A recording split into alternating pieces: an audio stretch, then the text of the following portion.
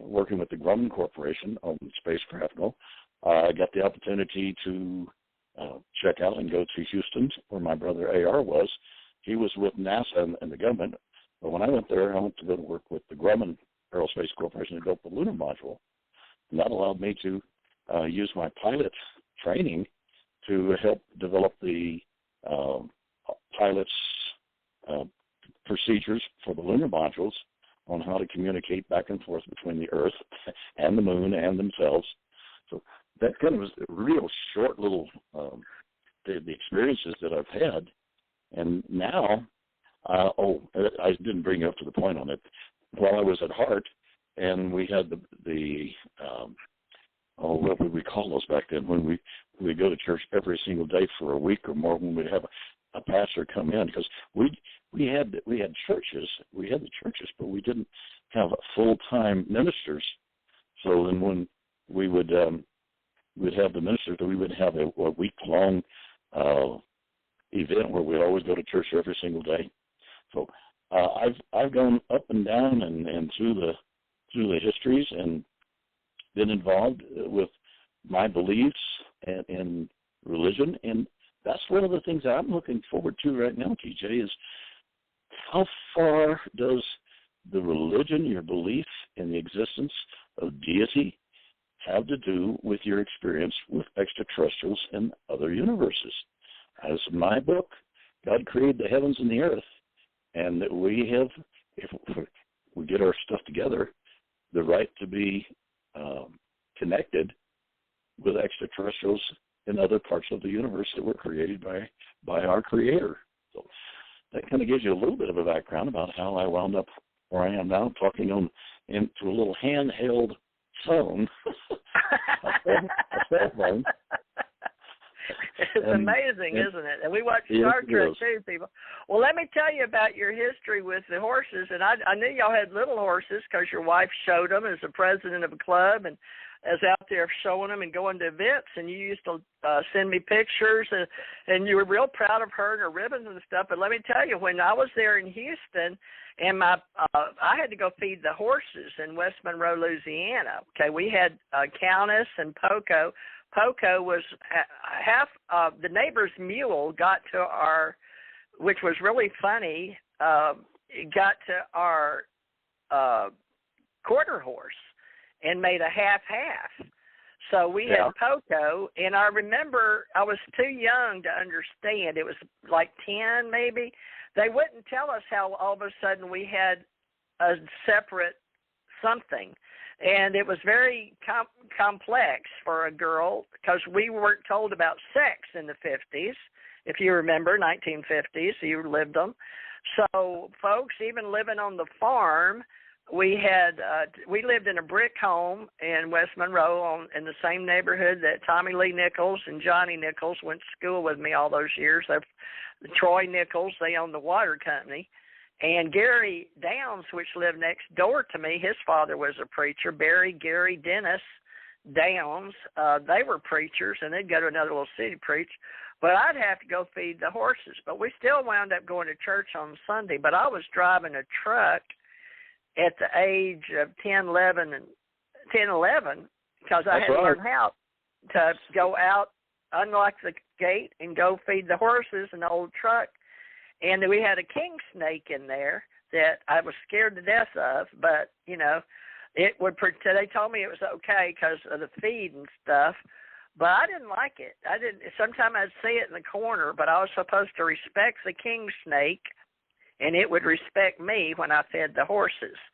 So I do have that. Then when we moved from West Monroe to Houston to have a bigger city life, you know, my mom got a job at Geospace Corporation, and that was good. And my father stayed in Monroe, and Mother and him divorced at Mother's choice to raise us bigger, better life. So she married her boss at Olin Matheson Corporation that was the head accountant, and he got a job at Rice Food Markets. And somehow, when they moved and asked us if we wanted to move from 1313 Heights Boulevard, which is that big, beautiful home It was 3-story across from the library, and it's torn down now. But that was our address. I looked it up on the maps here 2 or 3 years ago when I had nothing to do. And even Houston and Newton Schwartz, the attorney I worked for, managing his diamond duplexes in League City in 1970, he said, no, that's torn down. But he remembered when I lived on Heights Boulevard because it had to come across on my paperwork, right, my resume. But that back then they didn't do like Homeland Security does now, but they did ask you to fill out a white piece of paper, folks. But I just wanted you to know, Ken, that I did have a quarter horse, and my big plan as a child was not to have any children because I was the oldest of 6 kids, 3 boys and 3 girls, and a boy and a twin. And the oldest child was to get out from under kids. So I wasn't going to have no kids, okay? No children. That didn't work out. I have 4 daughters that one's passed now, but that's how I ended up in Gulf Breeze. But just to let you know, we went to Trinity Baptist Church, and I saw that in West Monroe, our pastor Taylor, his son hanged himself, but people thought because it was during that time with riots and stuff, the black people, it was real hush-hush because the pastor, and they didn't believe he'd really hang himself, and I had to deal with that at 10 years, 8, 9, or 10. But moving right along to Houston, we moved, and when we went there, we had a church right in our front yard to go to church. Now, at 1330 Heights Boulevard, Houston, Texas, the library, I got to go over and read books all the time. In Monroe, Louisiana, right West Monroe, when Mama was leaving Daddy, she moved us in a big white house right across from the library. She did the same thing in Houston. So Mama was a book addict. She loved books. She was a writer, educator. Her mother worked at the Olin Madison, but her mother was a school teacher in Salem, Missouri, and taught Indians at school. And in our family, we had a lot of the Indian writing back in the day, and they inherited all that. And I don't even know where all that is. I guess my sister Brenda Thomas in Texas over in Buda, right outside of Austin, has it. Her husband was a forensic scientist and worked, and he was on TV a lot there in Austin, Texas, being forensic. Some on movies are on TV a lot, in investigations. But Ken, after I left and we moved to Houston, I went to James Madison High School and the astronauts kids' daddy, and that's how I met my husband, Grumman, Don L. Parrish, that worked for Grumman. Now, they were working there 65, 66, and so by 67, I filled out all my paperwork, to NASA paperwork, and so did my husband, and it was a 5-year check. So let's see, 67, 8, 9, 71, 2. By 1972, he brought home all my paperwork again, and I had to fill it out by 1972. And let's see, Stephanie was born August 13th. Let's see, okay, I had Angela Dawn Parrish, 68. Lauren Michelle Parrish, 70. Stephanie was born August 13th, 1971. And then I had Ginger Theresa Faye Parrish, 1974. So that's recorded here, Ken, for our story of origin today, for my children's sake, and for the Ascension Church Ohana, because we're separate now from the Latter-day Saints, folks, LDS, from the Unity Church. Now, Ken and I have talked about maybe doing a Unity thing, and they asked me to here, but so did that Edgar Casey group, and so did MUFON. So I've got so many offers for me and Ken to work together for all these other groups, but Ken and I are going to have time to just show up maybe once for the UFO show and once here on Sundays, and we're older. We're 70, 76, but as long as we got a phone, if we can get Fran and him to inspire to get him maybe an upgraded phone, that might help a little bit. But I did want you to know, Ken, that it's made a world of difference. They're fancier, they're faster. They'll show you how to use it. But if you've got a Prime with AT&T, that's where I went. And because I'm a senior citizen, they gave me one on time for $1. And wow. Yeah, a month. How old do we have to be considered a senior? 65. In this, they haven't changed it. But now listen, some of these, like I'm with AARP. I don't know if you are, AAA too, for my car. I had to be 55. Well, so I've got you beat by about somewhere between 5 and 10 years. But my wife, she's young enough and smart enough and deals with with the phones and tries to keep me active on it. So, and thanks to now I've got the two of you guys ganging up on me, so I'm going to have to get pretty busy here, aren't I? So. Well, I'm 70 this year. Can you write that down? TJ is 70 in 2021. Write that down. One moment, please. Okay, I'm born the day after Christmas. Really? Yep, 12/26, and I used to had no accent in the military, but when I was in and out of Oklahoma, I had an Oklahoma accent like Rita McEntire with them long R's, and when I lived in Texas, I had a Texas accent, but now 20 years living in Beaver Dam and Hartford, Kentucky, with husband. In 95 to 2015 is 20 years. So, yeah, I lived in, up there, all around there. And I learned to talk to get in and fit in, and it worked because at first people were sort of mean to me there because I was an outsider. I had no accent. I was prior military.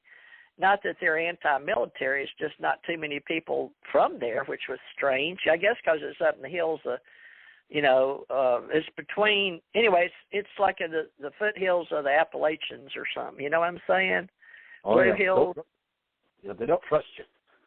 No, and they were real close to Mammoth Cave, and so that's where they would party or go up there and ride rides outside of Mammoth Cave and talk about Sasquatch and Bigfoot stories in Kentucky a lot. So that's how I learned. But I saw two of them, Ken. I ain't crazy. But so since I was writing for the newspaper, it was the stories that got me with the Smithsonian and doing music, for bluegrass. I was International Bluegrass Music Association, IBMA, and CMA, Country Music Association. Let's see, I was CMA, IBMA. Seemed like I was always having to join something because one of those recruiters would come along and put the papers in front of me and you tell me to give him $100, and I did. But I helped Campbell Mercer. He was a doctor for horses and stuff, and I became friends with him and got my first certificate with the Bill Monroe Foundation Association certificates.